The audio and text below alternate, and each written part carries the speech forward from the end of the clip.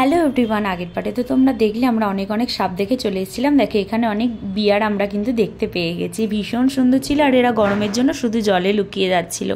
আর আমার ভিডিওগুলো তোমাদের কেমন লাগছে সেটা অবশ্যই জানিও। আর এখানে কি দেখতে পাচ্ছ, এখানে হরিণ। সত্যি হরিণগুলো শিংগুলো ভীষণ বড় ছিল।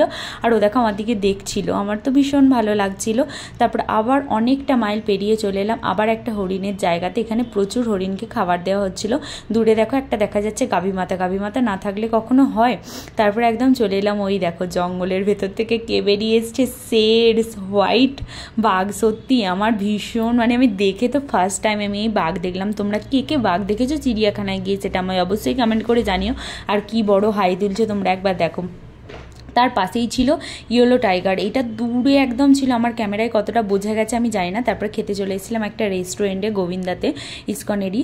কী খেলাম কী করলাম সেটা অবশ্যই তোমরা পরের পার্টে দেখতে পাবে। আমার ভিডিওগুলো ভালো লাগলে চ্যানেলটাকে সাবস্ক্রাইব করে